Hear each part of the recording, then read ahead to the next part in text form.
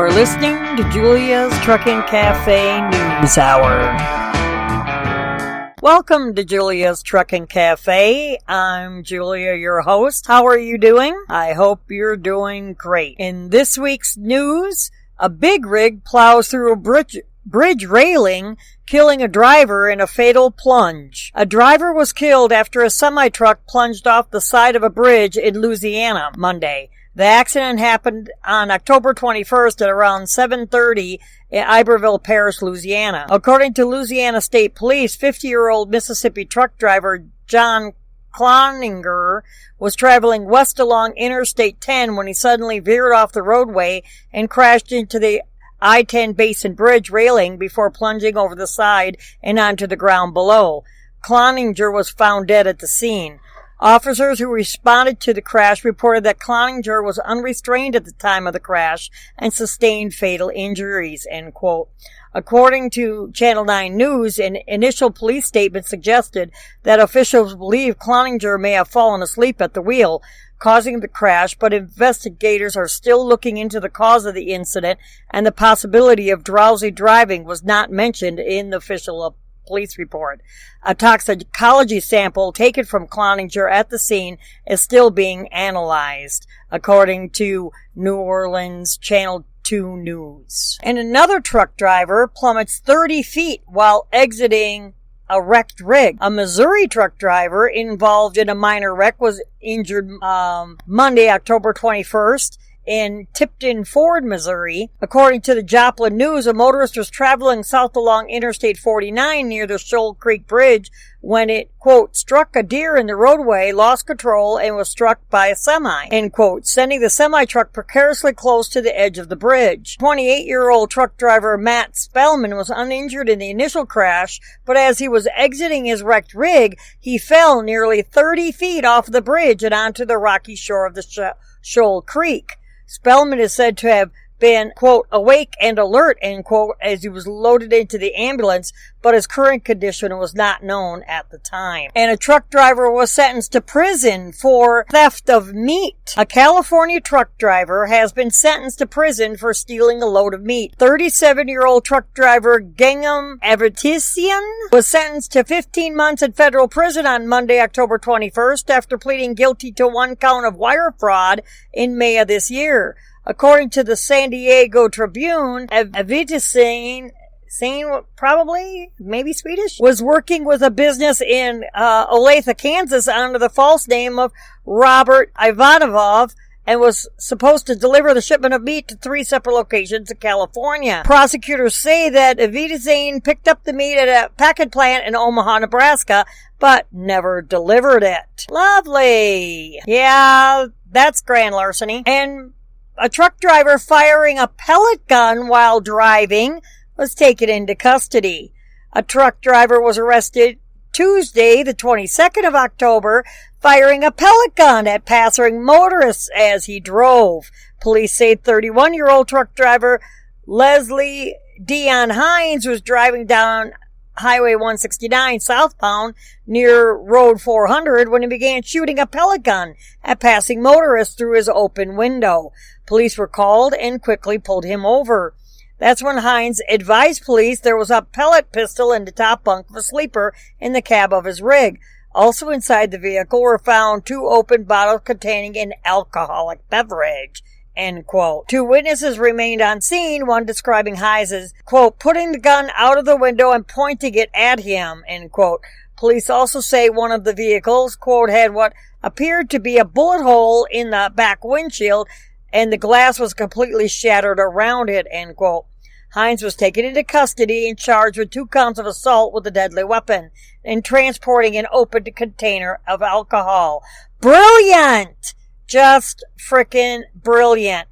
I'm sorry, but drivers like this give the rest of us good people out here a bad frickin' name. You should be locked up and throw away the goddamn key. In other news, 50,000 pounds of milk spilled in a truck driver's 4th operating while intoxicated incident.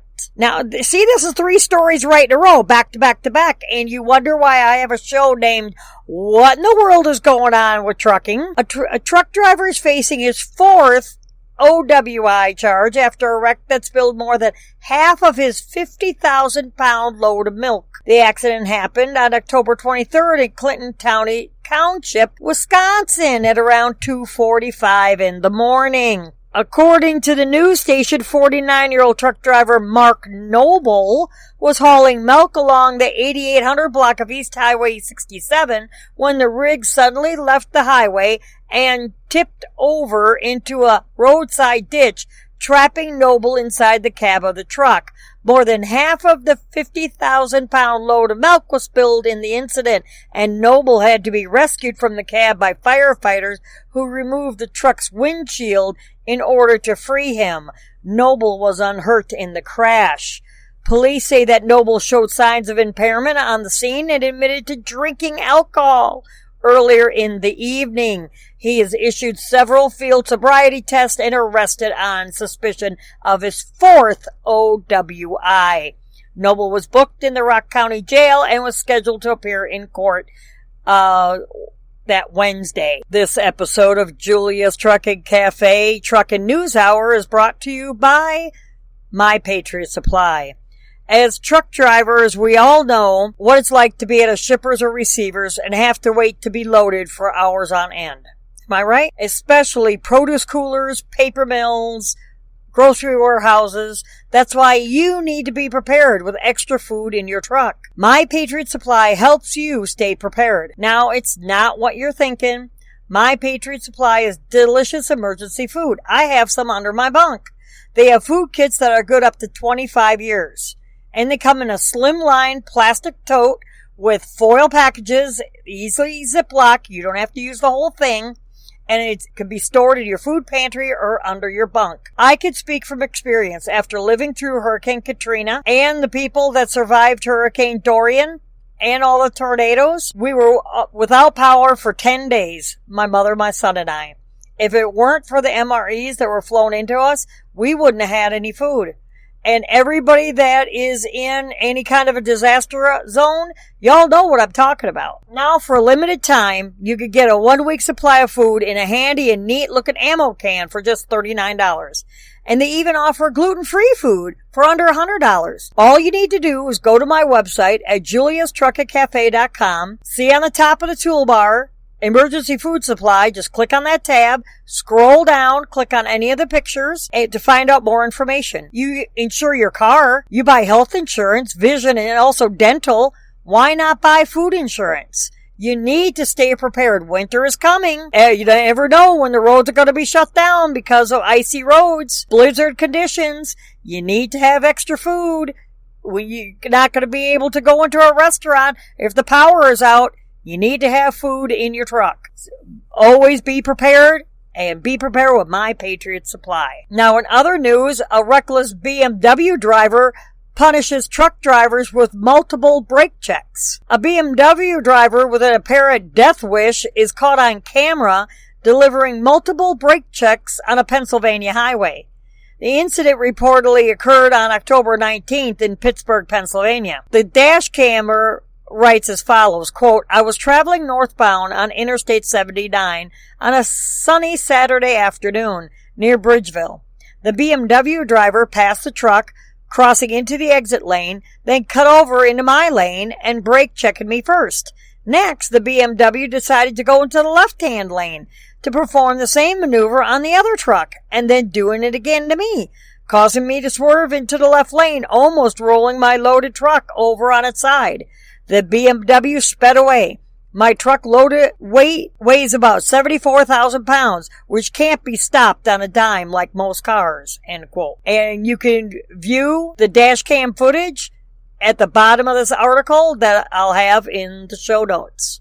And 3 semi-trucks collide in an Arkansas tunnel. Arkansas transportation officials say that a multiple semi-truck crash blocked an interstate tunnel in northwestern part of the state. The crash was reported around 10 in the morning on Thursday, and this would have been about the 23rd of October, as southbound lanes of I-49 through the Bobby Hopper Tunnel near Mountainburg, Arkansas. Authorities say that 3 tractor-trailers collided in the tunnel and that one of the trucks jackknifed. It isn't clear whether anyone was injured in the crash.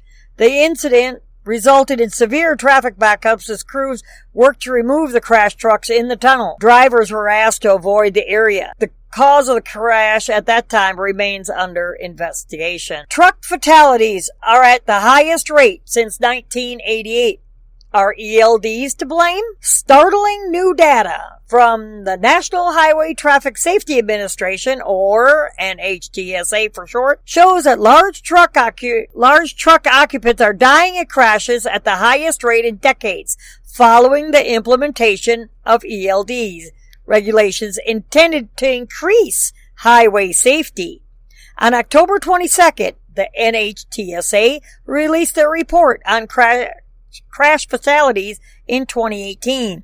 The first full year since the FMCSA required most truckers to start using ELDs to track the hours of service compliance in December of 2017. The FMCSA promised that the ELD mandate will, quote, help create a safer work environment for drivers, end quote.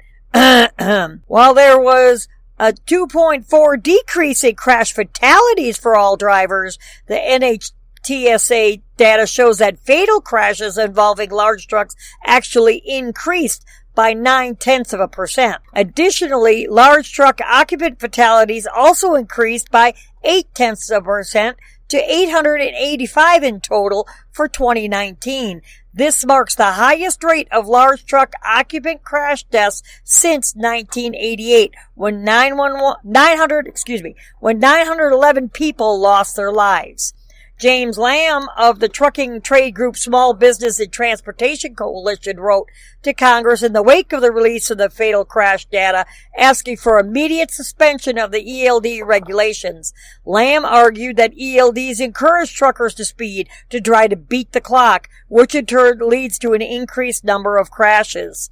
From Lamb's letter to Congress, I quote, in any event, whereas the FMCSA had promised the industry and public that ELDs would save 26 lives per year, it is now evident that this is not the case. Our members have reported to us that they have witnessed an increase in truck drivers speeding recklessly since the ELD rule went into effect to beat the clock, a clock that has now become controlled by machines. While we neither condone cheating on paper logs nor speeding, we can understand truck drivers' anxiety in that they are trying to avoid starvation because they are paid by the mile. We believe this is the reason for the increase in fatalities these past 2 years. Rather than FMCSA projected decrease in the ELD era, we therefore write to you both today and to respectfully ask you to please immediately suspend the ELD mandate and direct FMCSA to further study this issue to determine whether the ELD rule is ripe for repeal. We believe this would immediately relieve the strain on the industry and protect the public from more fatalities in the remainder of 2019 and moving forward. If you don't know about it, on Facebook, there is also a petition going around. We need 100,000 signatures on this petition to put it to get the White House to respond to our plea of possibly repealing the ELDs. So I will leave a link to the petition once I find it on my Facebook page, Julia's Truckin' Cafe page. Now, in other news, police say a language barrier may be to blame after a truck strikes a low bridge. You notice when I correct my throat, my voice, I clear my throat, yeah. I'm trying not to be a smart aleck. New York police say that a box truck driver had been ticketed after crashing into a low clearance railroad bridge earlier that week.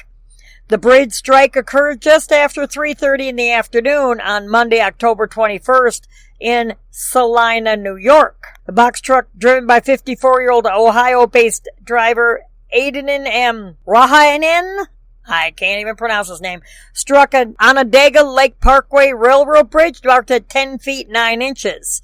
No injuries were reported. According to a police report obtained by the local news station, the cause of the crash is believed to be a combination of lack of familiarity with the area and his limited understanding of English, as he primarily spoke Arabic. Police say that they had to use his boss via telephone as a translator to get his account of the crash. The driver reportedly told police that, quote, he did not realize nor notice signage warning about the low bridge. Yeah, he could have seen the sign, but didn't know what it meant. When you get a CDL, you're supposed to read and speak and understand English. Not Arabic, or Spanish, or Hindu, or any other language. English. A motorist following the truck caught the incident on camera. He was ticketed for failure to obey a traffic control device. The New York Department of Transportation said the bridge did not suffer any structural damage during the crash. Oh, that's a good thing. So, now we have a young man, there again, he's a real tough guy. He pled guilty after beating a trucker so brutally the driver may never drive again. So this punk needs to be in prison, for all I care. An Idaho man is facing up to a decade in prison. That's all? After he admitted to beating a truck driver with rocks during an attempted robbery. On October 24th, U.S. Attorney Office, District of Ohio, announced that Stormy Ray Adakay, 24, ADAKIA, pled guilty to assault resulting in serious bodily injury. I would have got him for attempted murder. Charges stem from an incident that occurred around 3 a.m. back in September 2018 in Fort Hall, Idaho. So it took him a year to get him sentenced. Missouri-based truck driver Amos Phillips, 65, was asleep inside his truck, which is parked at the TP gas station off of I-15 near Fort Hall Casino at the Fort Hall Indian Reservation.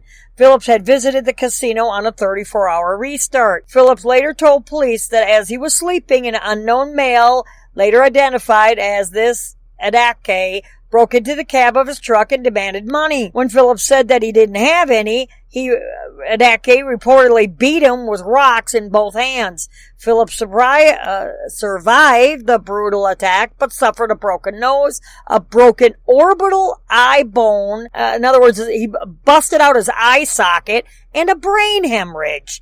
He also has seizures as a result of the brain injuries sustained during the beating. Prosecutors say that following the beating, a witness identified this Adake. When police interviewed Adake, he admitted to beating Phillips and said that he did it because he was intoxicated and wanted money. Like that's a reason to beat the hell out of somebody. Phillips spent a few days in the hospital. He later told the Idaho State Journal that externally I'm fine, but from the beating I may never be able to go back to driving. I have a hematoma, a blood clot on the brain, and they have me on some very serious medications. Because of that, I can't drive commercially, end quote. Adake's facing up to 10 years in prison, a maximum fine of $250,000, and a term of supervised release of up to 3 years. He needs to have a hell of a lot more than that. I hope somebody stomps his ass in frickin' jail and makes a girlfriend out of him. And if you don't think I should talk that way on my show, well, then maybe this show isn't for you. You know, a punk kid like that, thinking he's so tough to beat somebody for some money, it's, you know, pretty much a senior citizen. Anyway, in other news, 5 face federal charges in a staged semi-truck crash scheme. Federal authorities have indicted 5 people in connection with an insurance fraud scheme involving a fake commercial vehicle crash in New Orleans. On October 24th, the U.S. Attorney's Office for the Eastern District of Louisiana announced that Damien LeBold, Lucinda Thomas, Mary Wade, Judy Williams, Deshante Young had been indicted on charges of conspiracy to commit wire fraud and wire fraud. The charges stem from a stage accident that occurred on June 6, 2017. Authorities say that Thomas, Wade, Williams, and Young drove from Houma, Louisiana to New Orleans in order to meet with LeBeau for, quote, the purpose of staging an automobile accident in order to obtain money through fraud, end quote. Thomas allowed LeBeau to drive her 2009 Chevy Avalanche, and all of the defendants got inside the vehicle. Prosecutors described the scheme as follows, I quote, "The defendants then drove around the vicinity of Chef Mentor Highway and Dowman Road of New Orleans till they located a 2017 Freightliner tractor-trailer operated by an Arkansas trucking company. At approximately 12:30 in the afternoon, LeBeau intentionally collided with the tractor-trailer. LeBeau then exited Thomas' vehicle and instructed Thomas to get behind the wheel of Thomas' Avalanche to make it appear that Thomas was driving the vehicle at the time of the staged accident. Thomas, Wade, Williams, and Young contacted the New Orleans Police Department and falsely reported that Thomas had been the driver of the Avalanche and that the tractor-trailer had struck her vehicle. LeBeau then returned to the scene, also made false statements to the NOPD that he had witnessed the accident and that the driver of the tractor-trailer had been at fault. The indictment also accuses LeBeau of contacting, quote, Attorney A, both before and after the crash. Attorney A reportedly paid LeBeau $7,500 on the day of the stage crash and then demanded $1 million settlements of Thomas, Wade, and Williams. Attorney A also filed 2 lawsuits. Thomas, Wade, and Williams are accused of providing false testimony in connection with those lawsuits. After a year of pursuing the fraudulent lawsuits, Thomas, Wade, and Williams settled with the trucking company for a sum of $7,500 each. LeBeau was arrested by FBI agents in connection with the scheme on October 24th. The other 4 defendants were ordered to appear in court. If convicted, all 5 defendants face up to 5 years in prison, 5 years of release supervision, and a fine of $250,000 per count.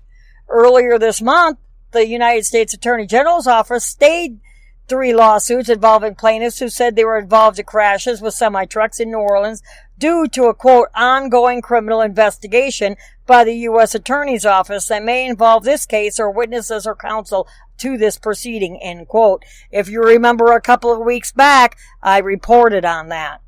You can go back and listen to a couple of previous shows. And a mega carrier to close a warehouse and lay off dozens of workers. One of the nation's largest trucking companies announced that it will be closing a Pennsylvania warehouse and laying off dozens of workers during the holidays. According to a letter sent on October 23rd to the Pennsylvania Department of Labor and Industry, Swift Knight Transportation subsidiary Swift Logistics, LLC, will be shuttering a warehouse facility in York, Pennsylvania, effective December 31st. As a result of the warehouse closure, 56 workers will be laid off. According to the letter, quote, all affected employees have been notified of their separation dates and that their separation from employment will be permanent, end quote. During a recent statement to investors, Knight Swift pointed to several factors that caused their adjusted operating income to fall from more than 27% for the third quarter of 2019 from 2018, including, quote, increased competition between the intermodal market, leading to unexpected reductions in volume and revenue per load and greater than expected pressure on freight rates, primarily due to an oversupply of truckload capacity, end quote. That's a lot of legal speak. Knight Swift says that they expect a seasonal improvement in demand during the fourth quarter of 2019, however, less than robust than originally projected, end quote. So far in 2019, a number of trucking companies, both large and small, have declared bankruptcy, closed major divisions, or even shut down completely. Those including Falcon Transport, LME, and NEMF, and HVH Transport. And I've reported on all of those stories. And a semi-truck placed chicken with a car driver in a video clip. A motorist shared an unnerving video of a too-close-for-comfort encounter he had with a semi-truck on a Colorado highway. The motorist said that the incident occurred on Highway 385 near Springfield, Colorado. He writes, quote, I just passed a cop watching traffic a mile closer to town. I'm heading south. These cargo truckers drive in groups and then leapfrog each other. In this case, 2 trucks were leapfrogging 3 other trucks at the same time. I had to swerve for the second irresponsible trucker, end quote. You could view the video of the close call below. Yeah, but if you weren't going like a bat out of hell, you wouldn't have to worry about that. Now will you, Mr. Motorist? And a website blunder exposed tax IDs, social security numbers of 30,000 drivers and carriers. This was reported on October 25th. A Unified Carrier Registration, or UCR plan, says that a website error exposed sensitive data for tens of thousands of truckers and motor carriers earlier this year. And we're first finding out about it now? Jesus!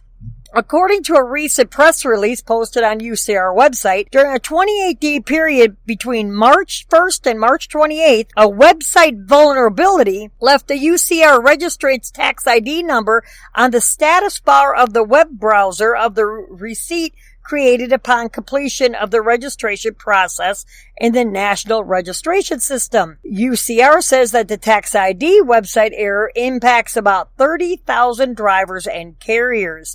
Additionally, the FMCSA joined in the investigation into the security lapse. The agencies concluded that Social Security numbers of about 23,000 registrants were also potentially exposed during the 28-day period. UCR says that after learning about the website vulnerability on March 28th, the issue was immediately corrected and cybersecurity experts were brought in to investigate the incident. From the UCR news release, quote, as of today, the UCR is confident that there is no further risk of tax ID number exposure. The issue has been resolved since the afternoon of March 28th, 2019, and no future occurrence of displaying tax ID numbers of registrants can occur. End quote. The UCR says they intend to rectify the incident by reaching out to a pool of 23,000 registrants via email to inform them of the possible Social Security number exposure and to offer them identity monitoring services. Oh, isn't that special? That is just so nice of you to cover up your screw up. Like, seriously. Remember, last week? Straight line winds toppled over 7 semis on Interstate 40 in Tennessee. Tennessee troopers say that windy conditions were to blame for multiple trucks that overturned on I-40 over the weekend. The blowovers were reported on Saturday afternoon in Decatur and Henderson counties, according to Tennessee Highway Patrol. Troopers said that, quote, straight line winds have overturned approximately 7 semis along I-40. Fortunately, no injuries were reported. And a trooper shoots at a truck driver intentionally who was driving the wrong way on the interstate.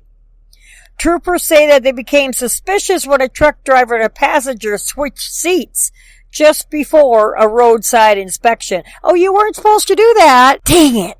I thought you could do that. I mean, when I was running team, when I was training, we kind of did that. Did I say that? I didn't say that. Arizona troopers say that a routine commercial vehicle inspection, there is nothing routine about a motor vehicle inspection, escalated into a wrong-way police pursuit and an officer-involved shooting last Friday, which would have been around the 23rd, 24th, somewhere in there. The incident that led to the shooting started the 25th on Friday, at 7:30 in the morning on I-40 eastbound of Flagstaff, Arizona. According to a press release from the Arizona Department of Public Safety, the incident began when a trooper pulled over a tractor-trailer for a vehicle inspection. Before the inspection, the trooper said that he spotted the truck driver and the passenger suspiciously switching places. During the inspection, a citizen told the trooper that he saw one of the truck occupants throw something into the median before the inspection. Trooper later discovered a package filled with a powdery substance in the median. Wonder what that could be. Troopers say that while both the truck driver and passenger were outside the truck during the traffic stop, one of the men got back inside the semi-truck and fled. Alrighty then. How come you didn't have him standing over by the cop car or in the building or something? Police immediately pursued the semi-truck. The truck driver drove around stop sticks and reportedly tried to ram a police pursuing him. Eventually, the truck driver entered the eastbound lanes of I-40, driving west. It was at this point that the trooper made the decision to use his firearm to stop the pursuit. A trooper who recognized the need to stop the imminent threat to life created by the suspect positioned himself on Walnut Canyon Road overpass of Interstate 40. As the suspect approached the overpass, the trooper fired his service rifle at the suspect, wounding him. The commercial truck began to decelerate, after which it impacted another commercial vehicle and came to a stop. Injuries from this collision were minor. So instead of chasing him down, because they probably couldn't catch him, he got up on top of an overpass, took out his rifle with a scope, and shot the driver who was going the wrong way on the interstate.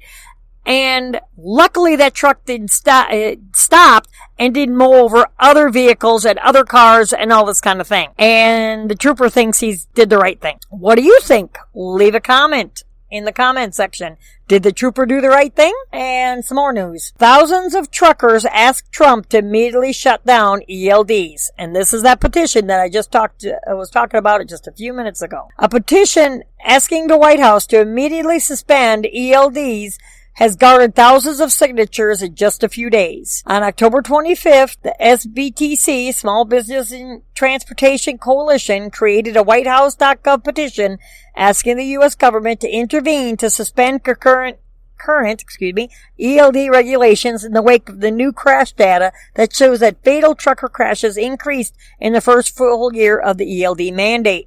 Since the petition was created, it has been signed by 9,815 individuals. And yes, sirree, buddy, I was one of them. On October 22nd, 2019, the National Highway Traffic Safety Administration of the U.S. Department of Transportation released new data that showed that in 2018, the first full year the new ELD rule was in effect, the trucking industry, to enforce commercial motor vehicle operators' compliance with hours of service regulations, that's a mouthful. More than 2 occupants of large trucks died every single day. This is the highest number of such deaths since 1988, making this stat a 30-year high. We believe ELDs have caused drivers anxiety to such levels that many now recklessly speed to beat the clock.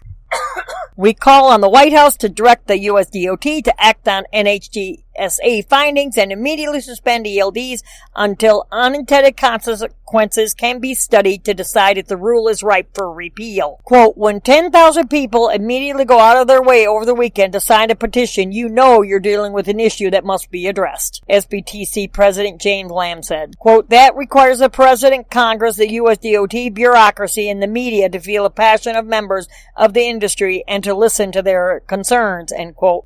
And since Martinez is no longer there, the October 22nd NHTSA report showed that while crash fatalities in all categories were down 2018, large truck occupant fatalities increased by 0.8% to 885 in total for the year. The petition must gain another 90,185 signatures by November 24th to receive a response from the White House. If you would like to sign the petition, come to juliastruckandcafe.com. Go to the show notes. I'll also have this article on my Facebook page. Scroll down to the bottom and just click. There's a link there that says click here, and it'll take you to the petition so you could go ahead and sign it. I will leave that up to each individual person to go ahead and sign it. And a trucker can't avoid Kentucky highway chaos. A rear-end crash involving 2 motorists turns into a bad day for a trucker minding his own business in this dash cam video. The dash cam clip was captured on October 13th in Florence, Kentucky. The dash camera describes the crash as follows. A pickup pulling a trailer was rear-ended by a white SUV driven by a female with a male passenger. The pickup, driven by the older male, lost control and jackknifed across 2 lanes into a path of a semi that was unable to stop in time and collided with the pickup. The white SUV continued losing control and spun out, hitting a black SUV with a younger couple and a dog inside. The at-fault driver has been transported to the hospital due to chest pains. There were no other injuries, including the dog. Both SUVs were totaled, minor damage to the semi, and repair work was needed on the pickup truck. And in order to see this dash cam footage, just truck on over to juliastruckandcafe.com website, go under the cafe menu and the show notes, and this show will be entitled Major Truck Crashes Are Up, Are ELDs to Blame? As always, I appreciate all of my new listeners. Please let me know what you think about the new intro music that I just did. And if you wouldn't mind, please stop by and subscribe to our email list. Everything that you see is, or would like to know about, is under the cafe menu.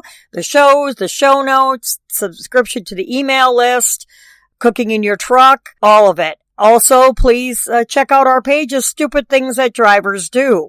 In the future, if I'm having new things coming out and you're on the email list, you'll have priority in getting the new things that are in the works.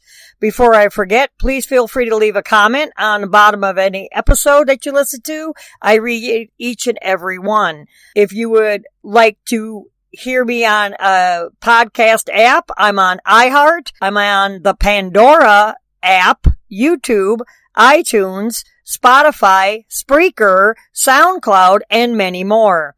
We also have a Facebook page.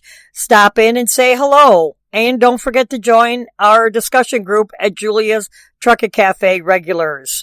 So I hope all of you have a blessed week. I have been doing a lot of work on the video side of things. So that's why I'm sorry this is coming out so late in the week. I greatly apologize. Thank you for being a continued listener. I appreciate all of my listeners. I love you all dearly. And hopefully we could get trending on Facebook and Twitter. Please keep liking the show. Please keep commenting. I greatly appreciate your time. And have a blessed week. And keep the shiny side up. And until next time.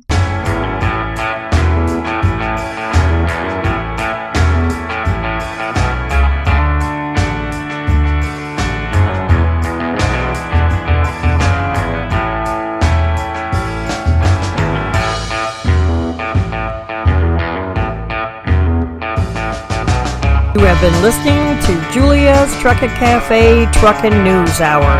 Check us out on Facebook and Twitter. Take care. Have a blessed day.